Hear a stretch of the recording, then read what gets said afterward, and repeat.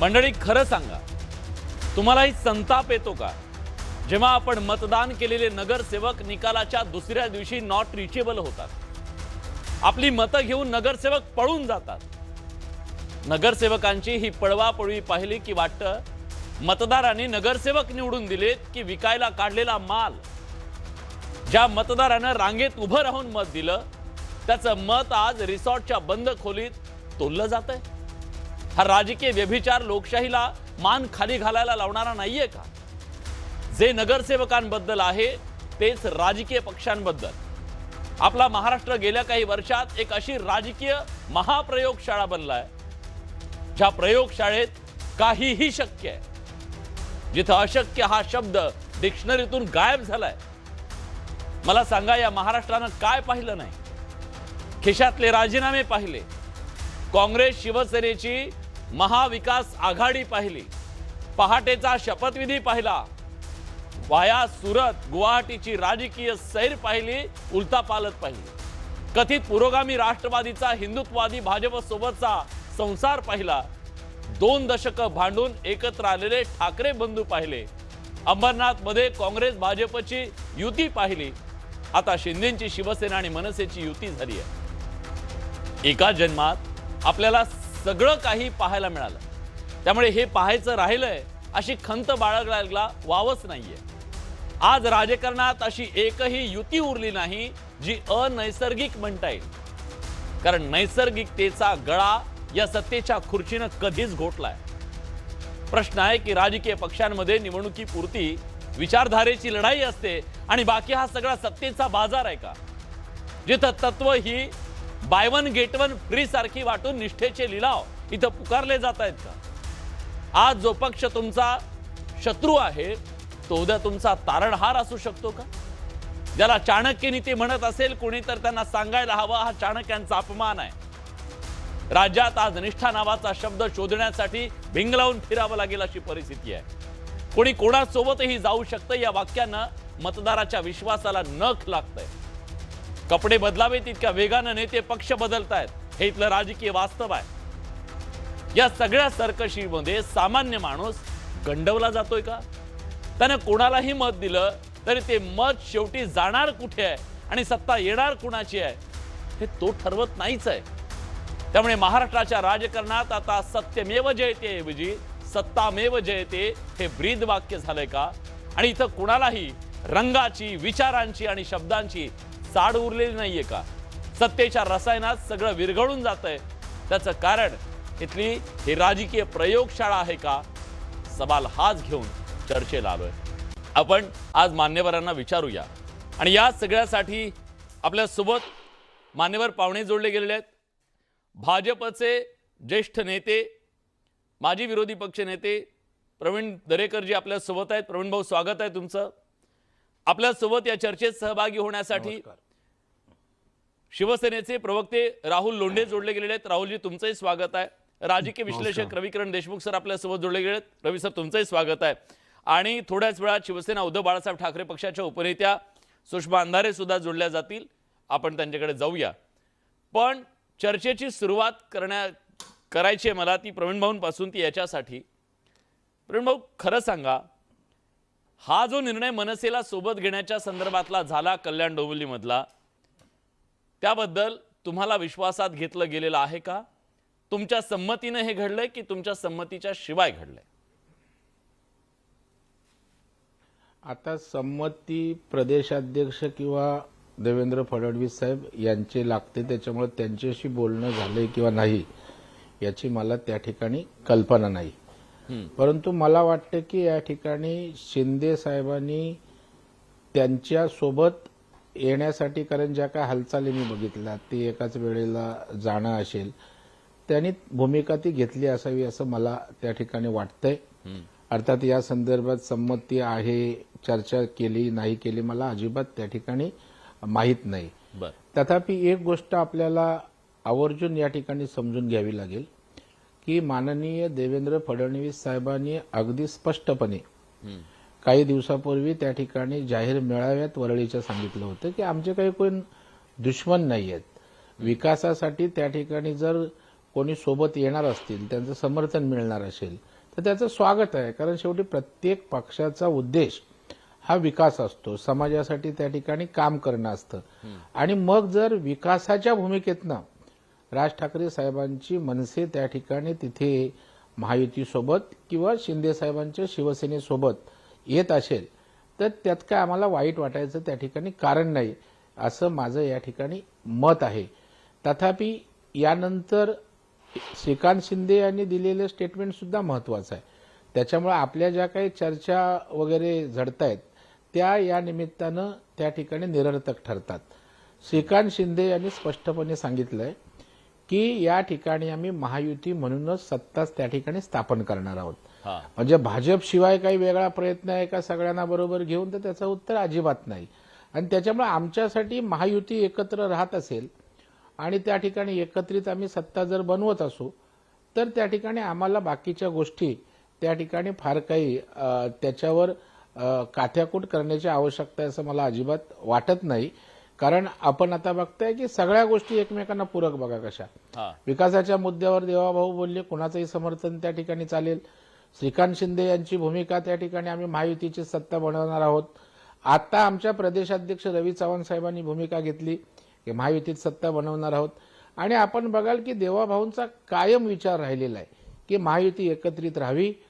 प्रसंगी कधी कधी दोन पावलं देवाभाऊंनी आणि भारतीय जनता पार्टीनं मागे घेतलेले आहेत महायुतीच्या अभेद्य अशा एकजुटीसाठी आणि वाटचालीसाठी. बर, ठीक आहे. विकास हे एक असं साबण आहे ज्या साबणानं सगळ्यांनाच अगदी स्वच्छ होता येतं. मुद्दा आहे ज्या प्रकारचे आरोप करण्यात आलेले होते सत्ताधाऱ्यांवरती, तुम्ही क्षणात ते सगळं विसरून जाऊ शकाल का? अगदी थोडक्यात सर. नाही, प्रश्न हे बघा, निवडणुकीमध्ये आरोप प्रत्यारोप होत असतात. ज्या वेळेला आम्ही महायुती महाविकास आघाडीच्या विरोधात असतो त्यावेळेला आम्ही एकमेकांच्या विरोधात आघाडी युती म्हणून टीका करतो. ज्या वेळेला घटक पक्ष आमच्या सोबत त्या ठिकाणी नसतो, आमच्या समोर असतो, त्यावेळेला आम्ही टोकाची टीका करत नाही. परंतु त्या ठिकाणी नाही म्हटलं तरी तिथेही आमची भूमिका त्या ठिकाणी आमचा अजेंडा किंवा आम्ही कसे योग्य आहोत हे सांगण्याचा त्या ठिकाणी असतो. आणि आपण बघाल की शिंदे साहेबांच्यावर कुठल्याही प्रकारची टीका तशी टोकाची नाही. आता राजकीय त्यांचा पक्ष आहे, आमचा पक्ष आहे, जिथे एकमेकांसमोर असू तिथे थोडंफार त्या ठिकाणी टीका टिप्पण्या होत असतात.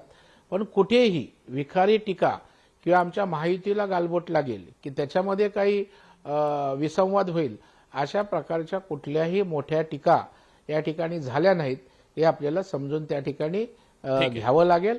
आणि त्याच्यामुळे आता बघा की मनसेच्या बाबतीत त्या सुद्धा आम्ही वेळोवेळी त्या ठिकाणी भूमिका घेतलेली आहे. आता मनसेनी भूमिका वेळोवेळी बदललेली आहेत. भारतीय जनता पार्टीने कधीच त्या ठिकाणी मनसेच्या बाबतीत अशा प्रकारची भूमिका दुजाभावाची घेतलेली नव्हती. आणि त्याच्यामुळे मला वाटतं विकासाच्या मुद्द्यावर आम्हाला सगळे त्या ठिकाणी चालतील. कारण सगळ्यांचा अंतिम गोल सर ह्या सगळ्यांमध्ये शहराचा विकास करणं. काहीतरी लिमिट आहे की नाही त्याला? कारण याच्यामध्ये असं झालं सगळ्यांमध्ये काही दिवसापूर्वी एमआयएम सुद्धा आलं तुमच्या सोबत. हे तुम्ही वर असं म्हणता सगळे चालतील, नाही त्या बाबतीत काँग्रेसला पण सगळेच नाही. तुम्ही शब्दांचा किस काढू नका. तुम्ही शब्दशळ करायची काही गरज नाहीये. कोणी चालेल याचा अर्थ विकासाच्या मुद्द्यावर जी चांगली लोक येतील. आता एमआयएमच्या बाबतीत तुम्ही सांगताय पण नंतर आम्ही पक्षाने घेतलेली भूमिका आपण विसरताय. एमआयएमच्या बाबतीत झाल्यानंतर पक्षाने निर्णय घेतला ना, आमच्या आमदाराला कारणे दाखवा नोटीस दिली ना. त्याच्यामुळे आम्ही चूक झाली तर दुरुस्त करतो ना लोकल लेवलला. काय दुसरा प्रश्न आहे मला जे सुचवायचं होतं ते आहे, सुषमाताई बाजूला बसलेले आहेत, शिवसेना उद्धव बाळासाहेब ठाकरे हा पक्ष सुद्धा असू शकतो का सोबत, हे मला विचारायचं आहे. नाही, एक लक्षात ठेवा, देवेंद्रजींनी अनेकदा सांगितलेलं आहे आमची दुश्मनी ही काही खानदानी दुश्मनी नाहीये. उद्या जर विकासाच्या मुद्द्यावर उद्धवजी ठाकरे साहेबांनी पण समर्थन दिलं तर समर्थन नाकारायचं काय कारण नाही. या शहराविषयी त्यांच्या आशा अपेक्षा ज्या असतील त्या जर आमच्याकडून पूर्ण होतील असा त्यांना विश्वास आला आणि त्यांनी या चांगल्या कामांना समर्थन द्यायचं ठरवलं तर आम्ही कारण नसताना नाक मोरडण्याचं काहीच कारण नाहीये ना. ठीक आहे. त्याच्यामुळे उद्धवजी ठाकरे साहेब का थोडे आमचे खानदानी दुश्मन आहेत. आता काही विचारावर, हिंदुत्वाच्या विचारावर, बाळासाहेबांच्या विचारांवर नक्कीच आमचे काही मतभेद त्या ठिकाणी होते. आणि त्याच्यामुळे विचारांचे वैचारिक मतभेद आहेतच. हा परंतु जेव्हा आपण एखादा आता ते काँग्रेस बरोबर गेले, कॉमन मिनिमम प्रोग्रामवर गेले ना, काय सगळेच एकमेकांचे मुद्दे एकमेकांना पटले का? नाही. आता जर विकासाच्या ते पण मुद्द्यावर विकासासाठीच त्या गेले ठिकाणी तिकडे. उद्धवजी ठाकरे साहेब बोलणार असतील हा. की देवाभाऊ आपण त्या ठिकाणी चांगला विकास मुंबईचा करताय, आम्हाला नाही जमला, आपण करताय, आमचा सपोर्ट आहे, एवढं मोठे पण त्यांनी दाखवलं तर ठीक आहे. आम्ही कशाला कोतेपणा ताई करायचा याला ना? तुम्ही ऑफर म्हणून घेताय का कसं घेताय म्हणजे मला कळत नाहीये. हे हे नव्या समीकरणांची नांदी म्हणू याला? इतकं उदार एक विरोधक म्हणजे तुमचा विरोधक तुम्ही ज्यांना म्हणता ते इतके उदार आहेत, ते तुम्हालाही सोबत घ्यायला तयार आहेत. मुद्दा नाही, क्रमांक तो तर प्रवीण भाऊ- आहेच, पण मला एका प्रश्नाचं उत्तर द्या. मनसेनं जे केलं ते तुम्हाला विचारून केलं की विश्वासघात केला? पहिल्यांदा प्रवीण भाऊ काय बोलत होते तिकडे जरा येऊया. प्रवीण भाऊ बोलताना त्यांनी एक वाक्य, मला वाटतंय ते तुम्ही रिवाइंड करून ऐका, नंतर ऐका, काही प्रॉब्लेम नाही.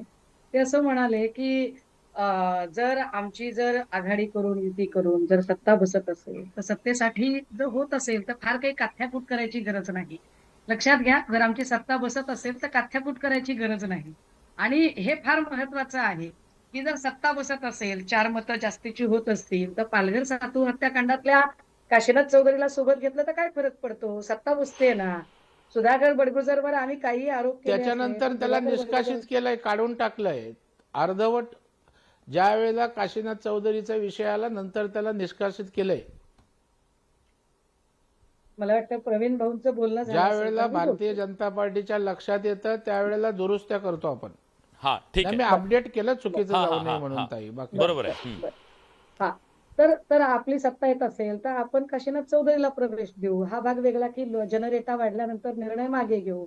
आपली सत्ताच बसत असेल तर मग आपण पुण्यात एखाद्या बंटी बबलीला उमेदवारी देऊ. आणि जर फार जनरेटा वाढला आणि लोकांना आपण गृहीत धरू शकत नाही असं वाटलं तर उमेदवारी मागे घ्यायला जाऊ. जर आपली सत्ता बसत असेल तर आपण MIM सोबत सुद्धा जाऊ. किंवा आपली सत्ता बसतच असेल तर आपण अंबरनाथमध्ये, एरवी उद्धव ठाकरे जर काँग्रेस सोबत गेले तर हिंदुत्व धोक्यात येईल, पण अंबरनाथमध्ये आपण काँग्रेसची माणसं घेतली की म्हणजे ती भाजपमध्ये आली की ती अचानक हिंदुत्ववादी होणार आहे. जोपर्यंत ती काँग्रेसमध्ये असतील तेव्हा ती हिंदू विरोधी असतील, पण ती भाजपमध्ये आली की ती अगदी म्हणजे हरिभक्त परायण वगैरे होणार आहे. तर काय ते करायला हरकत आहे, असा त्यांच्या म्हणण्याचा तो आशय होता. आणि मला वाटतंय की रविकिरण देशमुख सर त्याच्यावरती जरा अजून चांगल्या पद्धतीने बोलू शकतील. कारण मी खरंच म्हणजे एवढ्या सगळ्या काय म्हणता येईल, इतका सत्संगात न्हाल्यासारखा तो विचार होता की म्हणजे त्या सत्संगाने तुम्ही मी मनसेबद्दल अक्षरशः बोलणं का अशी, टाळताय? असं काही वरून मी सांगितलंय तुम्हाला? मनसेबद्दल काहीच बोलणं, कारण ऐका, मनसेच्या मी प्रवक्त्यांना मनसेबद्दल बोलवलं होतं, ते काही आले नाहीत आज. एक एक एक हा. एक एक लक्षात ते घ्या. मी आलेच नाहीत आज, मनसेबद्दल, भूमिका मांडायला यायला हवं होतं विलास, अहो ऐका हो साहेब, ऐका हो. बोला. तुमचा प्रॉब्लेम, मला काय प्रॉब्लेमच कळत नाही. आमचा नाही ताई. महायुतीबद्दल काय कोण ऐकूनच घेत नाही राव. आमच्याकडे सगळे बघायला असतात. अहो मला एक एक पूर्ण तर करू द्या ना. हा पूर्ण करा करू द्या करा, साहेब. बाकीच्यांकडे जायचंय. जेव्हा जेव्हा असं म्हटलं गेलं की आम्ही काहीच विखारी टीका करत नाही, खरं तर प्रवीण भाऊंचा स्वभाव मला फार आवडतो. खूप शांत, संयमी, समंजसपणे भूमिका म्हणतात. आणि आम्ही विखारी टीका करत नाही. खरंच प्रवीण भाऊ कोणावरही विखारी टीका करत नाही. पण मला वाटतंय की जयंत पाटील साहेबांच्या आई बापाबद्दल अत्यंत अत्यंत आक्षेपार्ह भाषा करणारे त्यांच्याच पक्षाचे लोक होते. ते विषयांतर होतं. मी विधिमंडळाच्या तुम्हाला समोर प्रश्न धिंगाणा घालणारे मनसेबद्दल त्यांच्याच विचारलाय ताई. पक्षाचे लोक होते. ताई विषयांतर नको ना.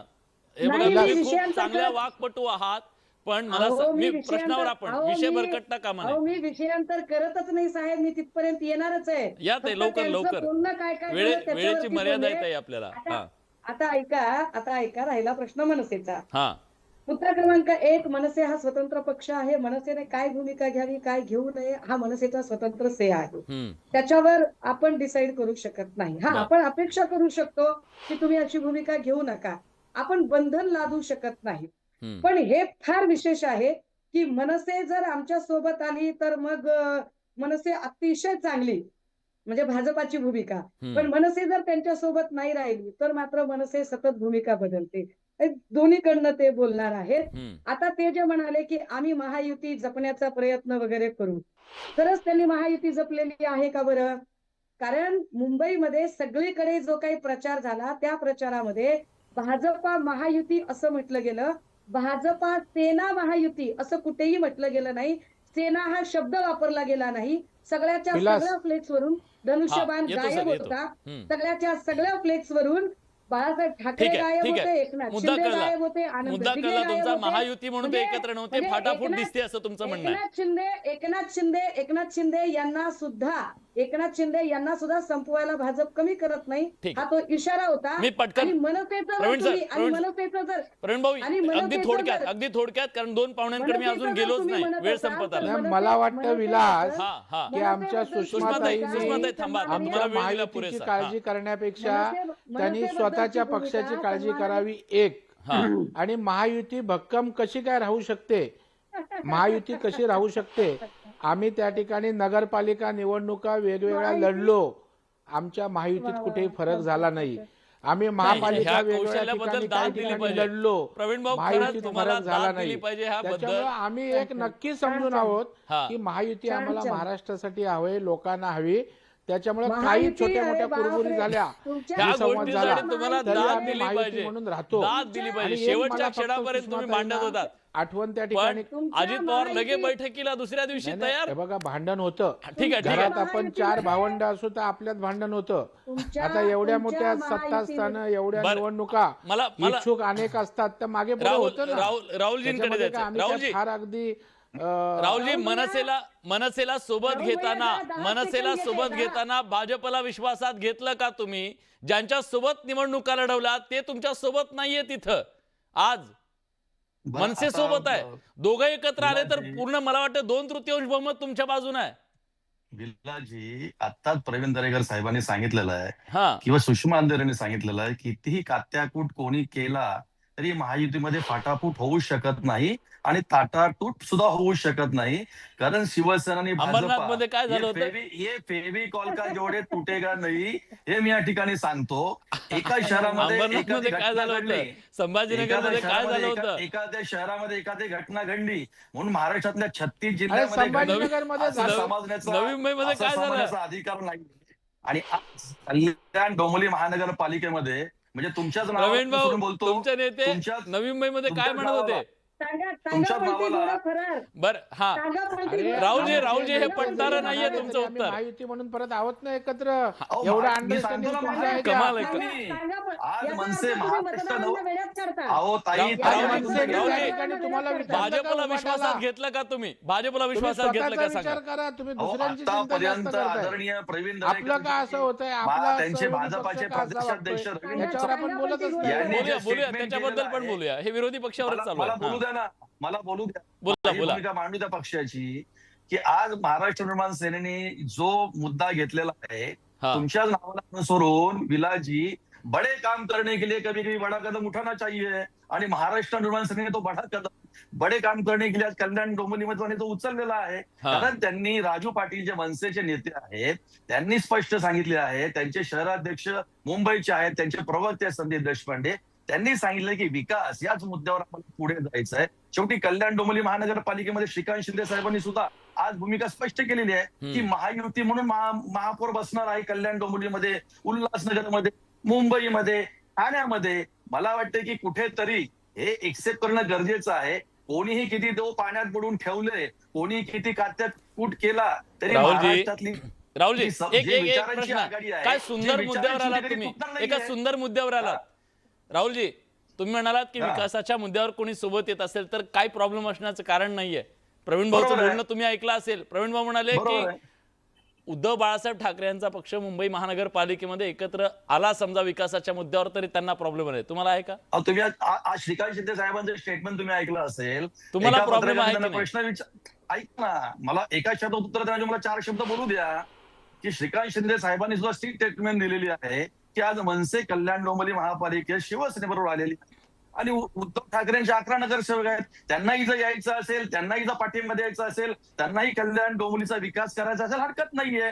मुंबईमध्ये लोकांचा विकास, जनतेचा विकास, वॉर्डाचा विकास आणि शहराचा विकास हे जनतेला अभिप्रेत असतं आणि ते अभिप्रेत असलेलं काम जर कोणाला करायचं असेल ते आमच्यावर येऊ शकतात. ही श्रीकांत शिंदे साहेबांनी भूमिकाच मांडलेली आहे. मुंबईमध्ये- मला वाटतं तेही ऐकणं गरजेचं आहे. मुंबईमध्ये महायुती आहे आणि त्यांना मग येऊन तिथे काय होते?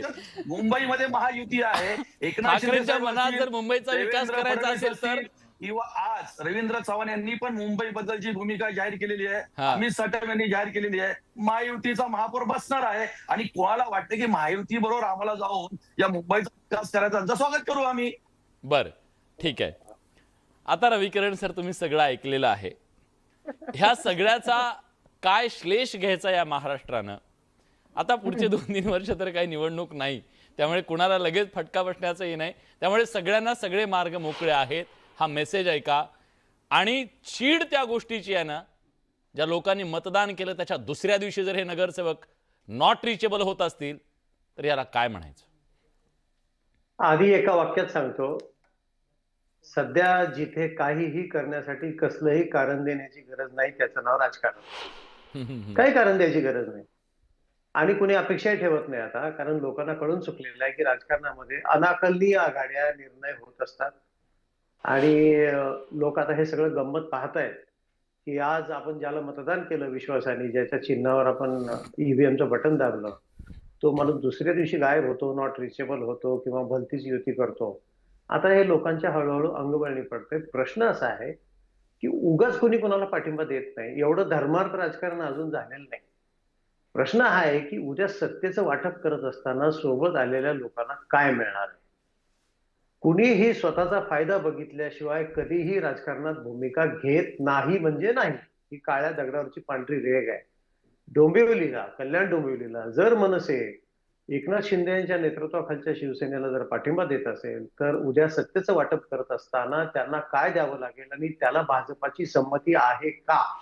कारण स्थायी समितीचं सदस्यपद असो, सुधार समितीचं सदस्यपद असो, शिक्षण समितीचं असो, हे उगाच मिळत नाही.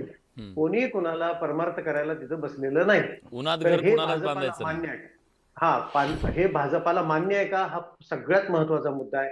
आणि जर भाजपाला मान्य नसेल तर मग मनसेची युती कल्याण डोंबिवलीमध्ये कशी काय होऊ शकते? हे आता उद्या जेव्हा महापौर आणि समित्यांचे सदस्य सभापती निवडले जातील तेव्हा स्पष्ट होईल.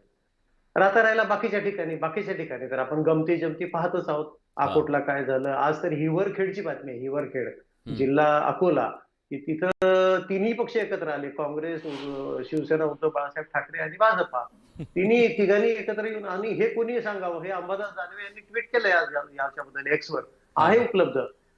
स्थानिक स्वराज्य संस्थांमध्ये अनाकलनीय, अतर्क्य आणि आश्चर्यकारक अशा कितीही घटना घडतील, त्याला काही आधार काही लागत नाही.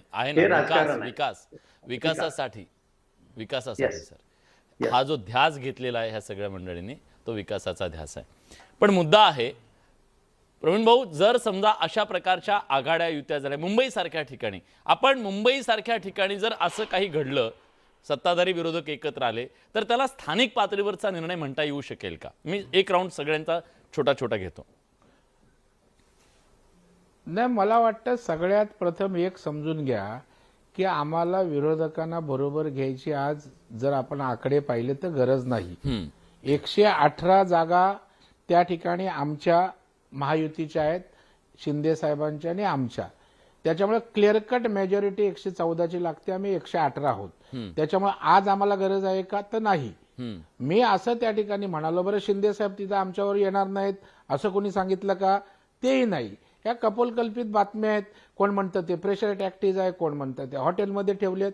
अजिबात मी आपल्याला अत्यंत जबाबदारीने सांगतो, कल्याण डोंबिवलीमध्ये आवश्यकताच नाहीये प्रवीण भाऊ, जबाबदार व्यक्ती म्हणून मनसेला सोबत घ्यायची. नाही, असू दे ना, पण त्यांनी जर त्यांच्या बरोबर घेतलं, आम्हाला काय पोटात दुखायचं कारण आहे? आमची महायुती अभेद्य असेल. आता उद्या मुंबईत समजा शिंदे साहेबांबरोबर कोण येणार असेल, आमच्याबरोबर कोण येणार असेल, काय अडचण आहे त्याला? परंतु आम्ही त्यांच्या येण्याने आमची सत्ता बनते असं अजिबात नाहीये. आमचे 118 ऑलरेडी आहेत ना. त्याच्यामुळे तुम्ही जे काय बोलताय ना की कोण येणार कोण जाणार, सगळं ताळतंत्र सोडलंय, आम्हाला काही गरज नाहीये. 118चा मॅन्डेट मुंबईकरांनी महायुतीच्या बाजूनं क्लिअर कट दिलेला आहे. सत्ता मुंबईकरांनी महायुतीला दिलेली आहे. आता या उपर आपण जसं मगाशी रविकिरण म्हणाले की कोणाला काय बाबा सत्तेच्या माध्यमातून विकास कामं करायची असतील, कारण शेवटी आता विकासाचं राजकारण रुळलंय या देशात. पंतप्रधान नरेंद्र मोदी साहेबांनी विकासावर मतं होतात दाखवलंय. देवाभाऊनी मुंबईची निवडणूक विकासाच्या डेव्हलपमेंट अजेंड्यावर नेली आणि लोकांनी मेजॉरिटी दिलेली आहे.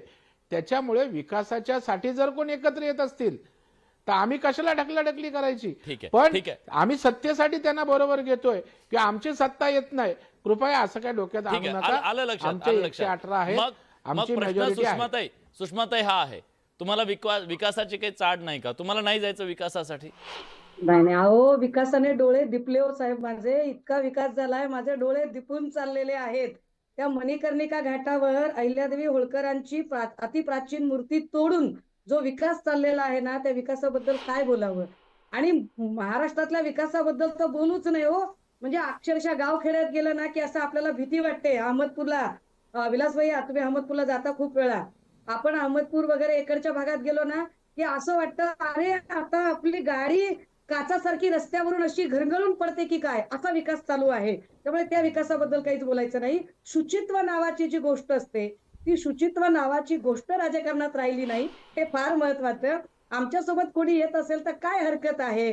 म्हणजे उद्या जर एमआयएम म्हटली की आमच्यासोबत येणार आहे, तर भाजपा ओवेसी किती कट्टर हिंदुत्ववादी आहेत याचे दाखले देऊन आणि त्यांचे सगळे भक्तुल्ले हातावर पोस्टी लिहून त्याचं सुद्धा समर्थन करतील, कारण विकासासाठी इथे येतील ना.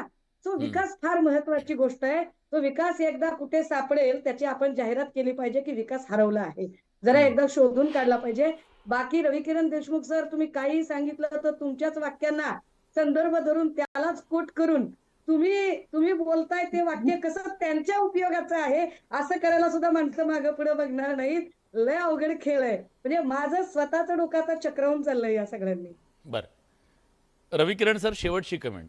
नाही, सामान्य हा प्रवीण भाऊ बोला, वेळ कमी आहे, माझा वेळ कमी आहे.